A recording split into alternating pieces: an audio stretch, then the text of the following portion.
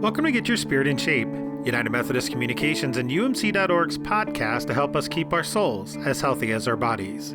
I'm Joy Avino.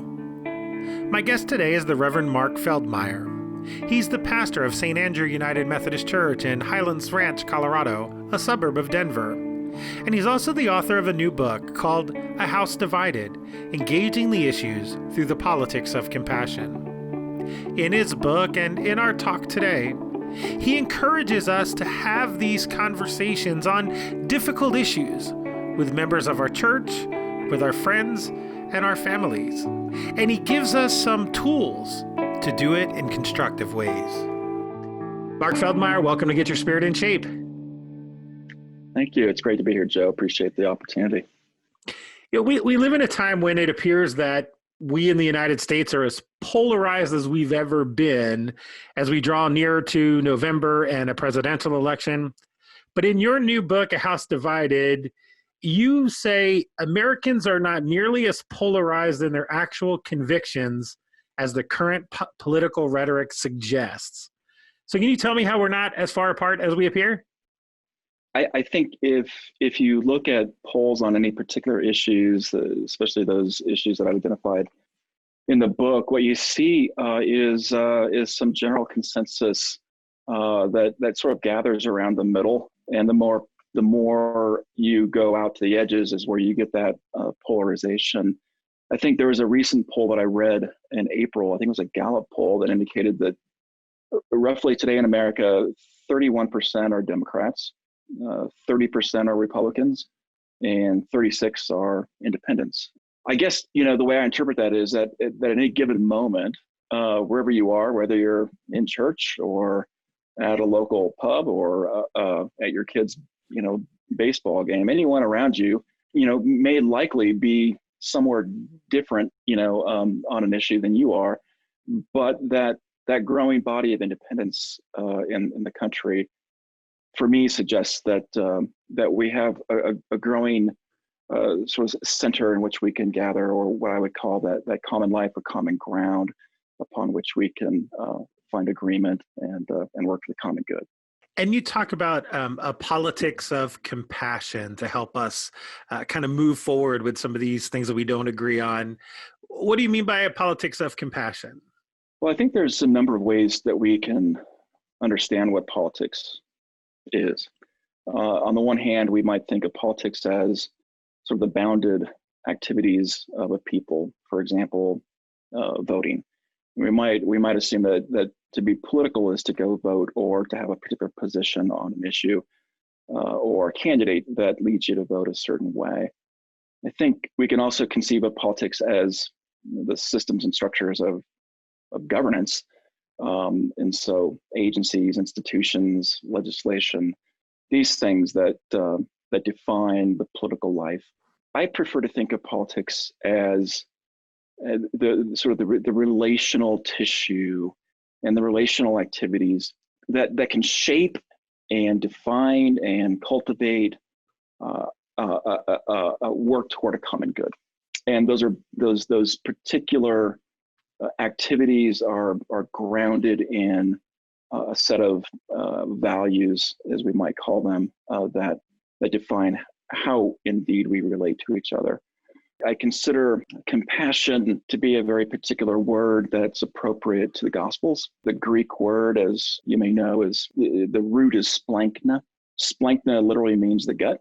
In the ancient world, the seat of human emotion was understood to be in the gut, not the brain or even the heart, as we might say today, but in the gut. And so when we experience moments of compassion in our lives, we experience them deeply in our gut. And we even use that language today, like, I really felt that in my gut, or my stomach turned when I saw that, or when I heard that, or I'm nervous and I have butterflies.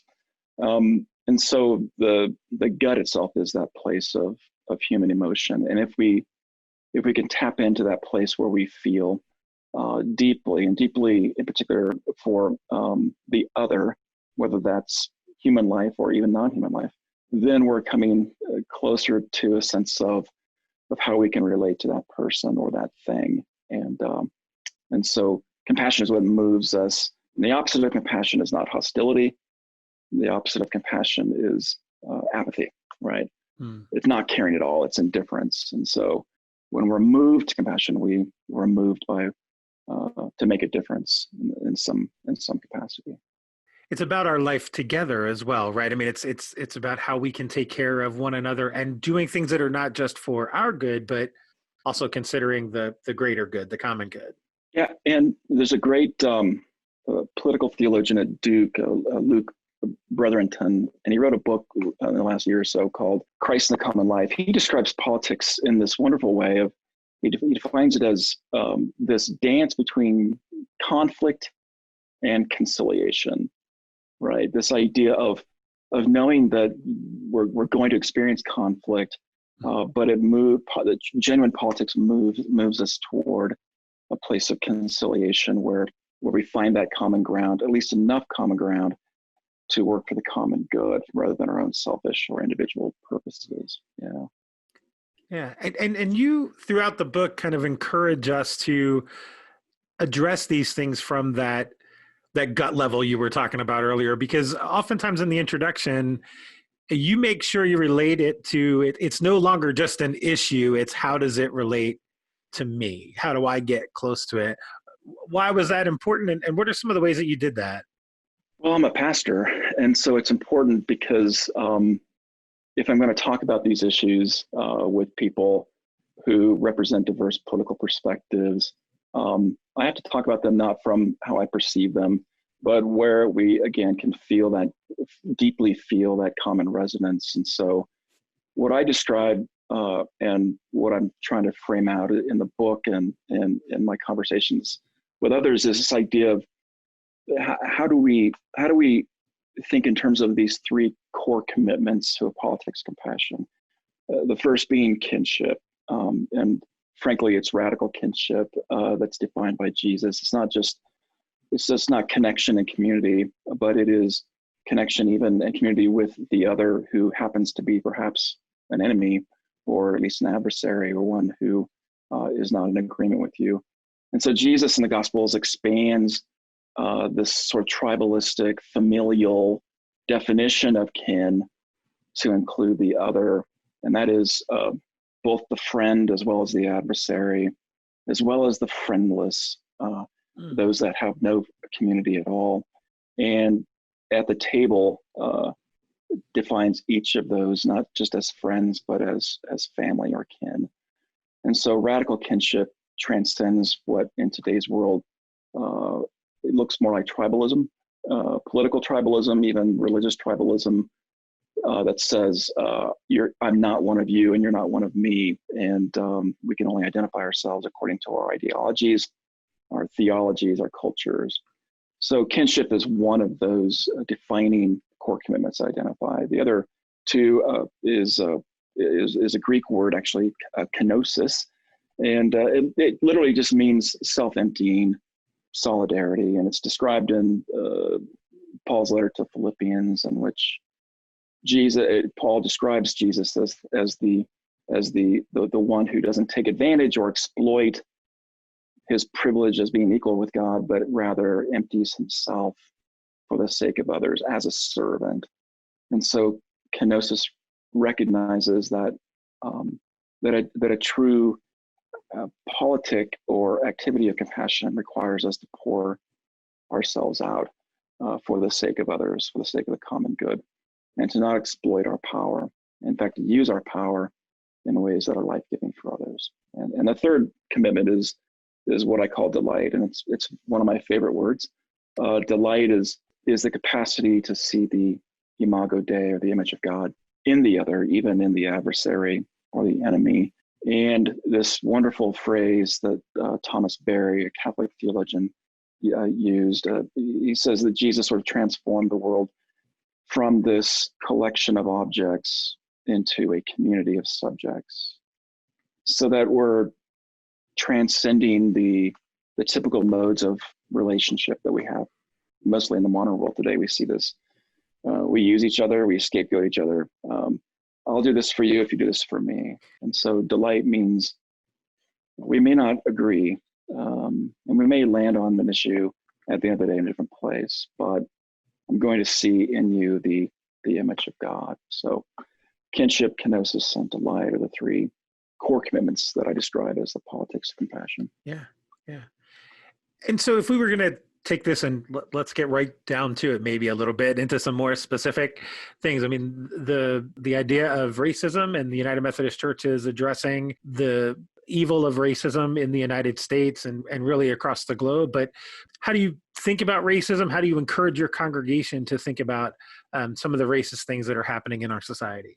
Yeah, that's a wonderful question. And it's also an evolving sort of response just in light of the last 3 months or 4 months in our country, where I try to begin with folks in conversations is understanding that most of the people, say in my congregation and in most congregations, number one, don't see themselves as racist, and don't understand concepts of white supremacy outside of the structures of like the KKK or neo-Nazi groups, and so. To try to help folks in the conversation, I try to point to the distinction between how white folk often refer to racism or issues of race as look, I'm colorblind. Everybody is equal. There are no races. We're all one race, and that is sort of grounded in the white experience of sort of my generation growing up, where colorblindness is that high value, right? In the 70s and even the 80s, we're sort of trained to see everybody the same. So how do we go from color blindness, which is typically a white mode of life, to a color consciousness? That when we come to understand the nature of power as it relates to race, historically, that to be white and to have white skin, necessarily puts you in a position of power and privilege over and above those who are people of color. So number one, I try to help people understand there's a distinction between color blindness and color consciousness, and we're trying to be color conscious. There's a difference between not being racist and being an anti-racist, right? And so a lot of white folks want to say, I'm not a racist, and so this good-bad dichotomy. We don't want to identify the fact that, we may have racist thoughts. We may have these little microaggressions that we don't even recognize, and that puts us in a bad place. And so we all think we're good because we don't say things that are racist or publicly get exposed for that.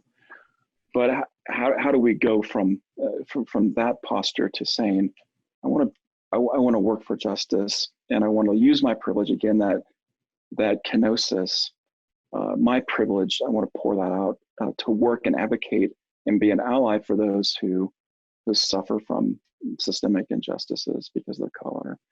So those are sort of some of the ways that I try to help people understand. And these are daily conversations we have. I just had one yesterday with somebody in the church who is struggling with affirming all folks, but not necessarily understanding what it means to say Black Lives Matter, right? Right. And all these things that trigger white folk, that white fragility, as we call it. And so it's a challenge for sure. And the last 3 or 4 months has really exposed, I think, some of those minor distinctions, that become actually important and central to the conversation.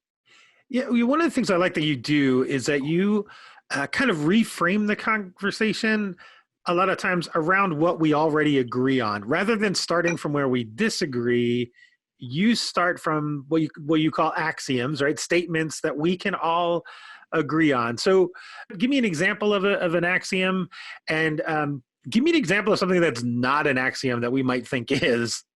Well, what's not an axiom is what we experience mostly in our political sort of life and our news feeds and cable TV talking heads, which is this this caricature or stereotypes that if you believe this, you must be a Volvo driving elitist, right?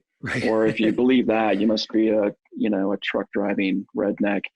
And so what I try to do in the book is develop these, what we call axioms, this idea that in whatever context, whatever you happen to believe this way or that these are sort of agreed upon principles.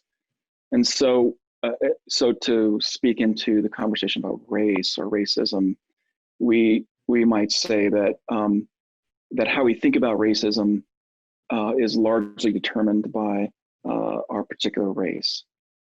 So to go back to the point of we think as white folk that racism is some public projection or expression of bias or prejudice, so it's grounded in sort of language and perception. And so I use a story in the book about a friend of mine, a colleague who experienced great fear at night when an African-American man approached her in a parking lot with her car broken down. That is a sort of a grounded in a perception or a stereotype of what it means to be white and Black. Whereas to be a Black person in America today, it's experienced not so much as prejudice, although it is, but it's deeper than that. It's systemic, right?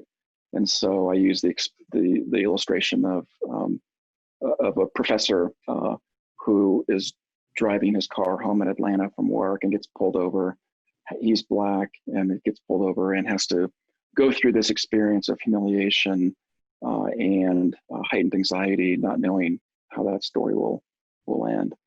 So how we even talk about race is determined largely by the color of our own skin, and how we live in that skin would be an axiom that I would use. As it relates to, say, the issue of healthcare, health is sort of a crown upon one's head, right? That you don't really know that you're wearing it until you don't have it anymore. So we think, wow, we don't really need talk about healthcare until we get to a certain point in our lives where we start to worry about our health more, and that affects then how we engage on the issue. So axioms are helpful. One axiom I use with respect to the issue of climate change is when we live with some degree of uncertainty, we hedge our bets, and that's the first axiom in the book, which is, look, there is science that shows, and most Americans, like 61% of Americans, agree with that science, right? And that's growing. But even if we're not quite sure, maybe we could at least hedge our bets a little bit. And as I refer in the book to maybe taking out an insurance policy on the planet, just to make sure we're not wrong, and suffer from it. So, yeah. Another piece of the book is that you end every chapter with, in essence, an outline for a Sunday school class or a small group that has opening and closing prayers and icebreaker questions and all of those kinds of things. Clearly, you intended this book to be a tool to begin discussions on some really difficult topics, which I don't think we've listed yet. So tell me about why we should be having these conversations and some of the issues that you address in the book. It's interesting. The book itself emerged out of a sermon series by the same title that began in January of 2019. In the build-up toward that sermon series, there's a lot of pushback in my congregation, a lot of anxiety. Wow, we're going to talk about these political issues, and we don't want to get political in church. We just want to make church, right? Yep, we hear that a lot here too. I understand that. Yeah, and yet, it's interesting. Every Christmas Eve, when we gather for worship, we read a story that is profoundly political, right? Yeah. In the days of King Herod, when Quirinius was governor, and suddenly we realize that the Christian narrative is grounded in space and time, and space and time is profoundly influenced by politics and by political leaders, by evil, injustice, and oppression. And so trying to help folks who come to church and only want to keep it spiritual is at least pointing to this experience in Scripture that suggests that all things are political. Everything we do, all theology is political. Mm-hmm. All of our faith is political. Jesus says it clearly in Matthew 25, when the score is finally settled and you take your final exam, it's not going to be, what do you believe? It's going to be, I was naked and you clothed me. I was hungry and you. So those are profoundly political activities. And so yeah, I think we need to give people permission to have conversations that are in safe spaces, so that in church, if we can model those conversations in safe, healthy, life-giving ways and ways that honor difference, then maybe at Thanksgiving, when we sit around the table with Uncle Joe, and who has a different opinion from us, we have a way to begin conversations that don't end with a cage fight, right? And a cold turkey. So yeah. In some sense, what better place, right? What better place than a Sunday school class to have a conversation that's difficult, but with people that love and trust you, and you love and trust them. We make a great mistake when we assume that Jesus cared more about the spirit than about the body or about the community. And we historically, as Christians, have created this sort of dualistic narrative that says it's all about eternal life and not about this life. It's all about the soul, not the body. And yet Jesus reminds us over and over again that to care about human needs is central to being a disciple of Christ. Yeah, and part of that caring for the body is how we gather together in one place, which is politics, right? How we organize ourselves.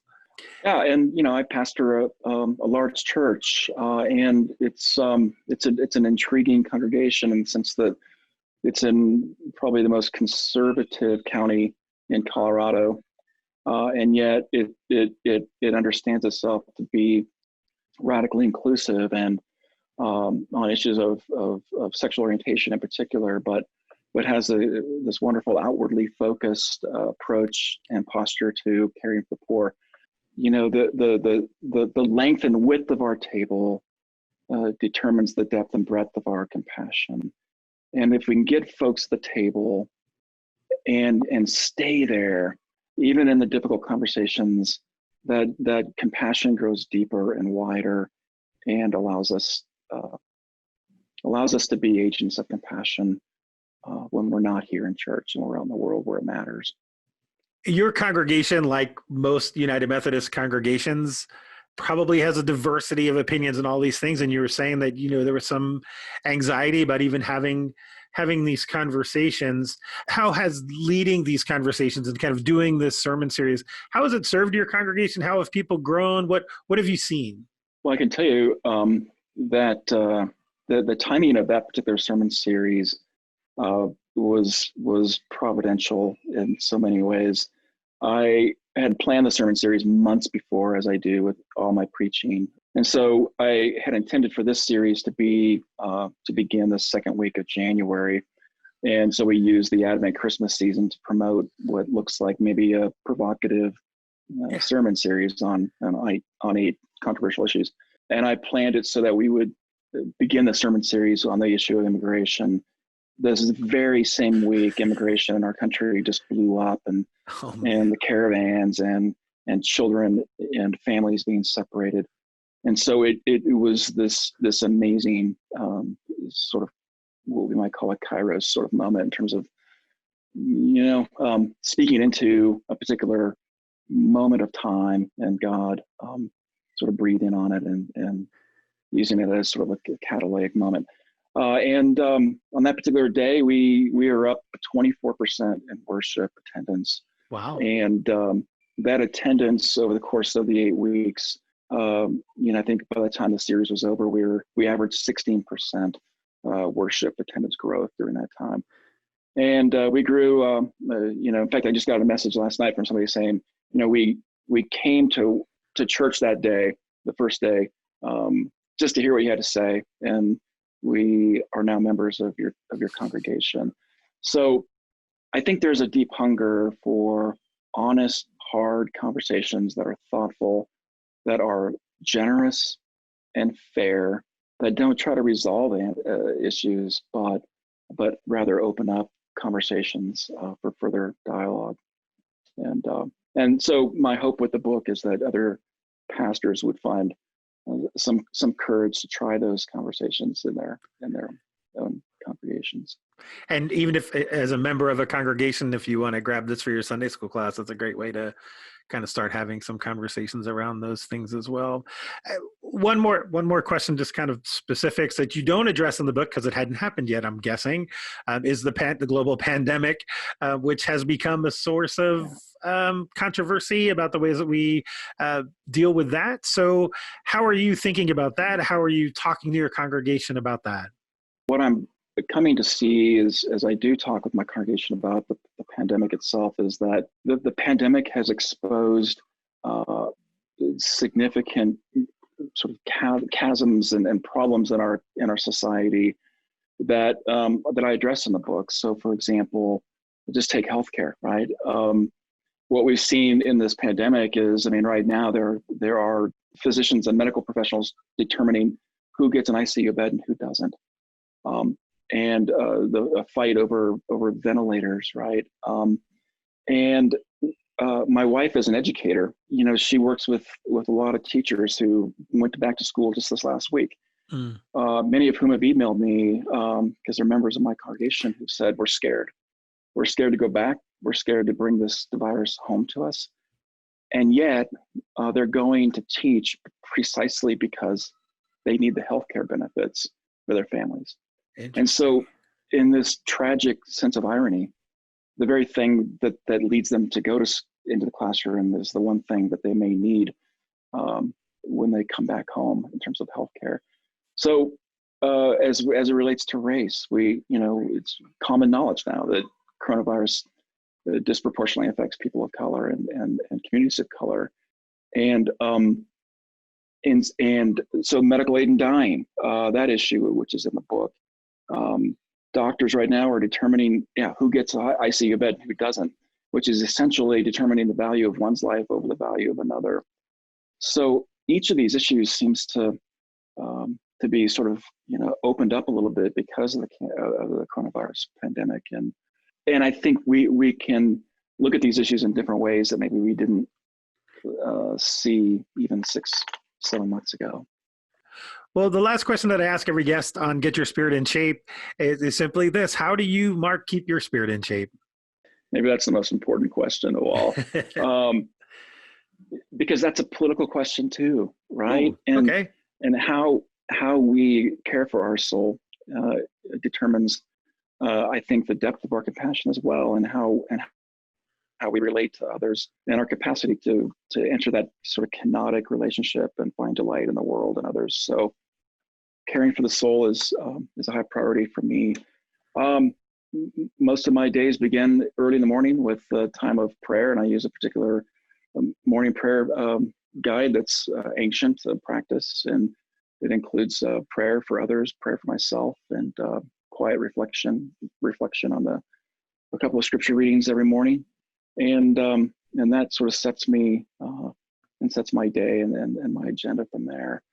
I live in Colorado, and so the more I can experience the delight of creation, the better person I am as well. And so I'm an avid cyclist and try to ride 100 to 200 miles a week on the bike and stay fit and find that quiet time on the bike to be exactly what I need in terms of my ability to think and reflect on my role in the world. And I try to camp and fly fish when I have an opportunity. Nice. In the high country. So those are the three most important things. I've got a good network of friends, a wonderful family, and those are all ways that I keep my spirit in shape. Well, Mark, thank you so much. Thanks for your book. Thanks for your work, and thanks for this time that you've taken to have this conversation with me today. It's been great to have a conversation, and I appreciate all your good work, Joe. Thanks for having me. That was the Reverend Mark Feldmeir, pastor of St. Andrew United Methodist Church in Highlands Ranch, Colorado, and the author of a new book called A House Divided: Engaging the Issues Through the Politics of Compassion. To learn more about Mark or to order his book, go to umc.org/podcasts and look for the notes page of this episode. Thanks for listening. I'll be back soon with another conversation that will help us keep our souls as healthy as our bodies. I'm Joe Iovino. Peace.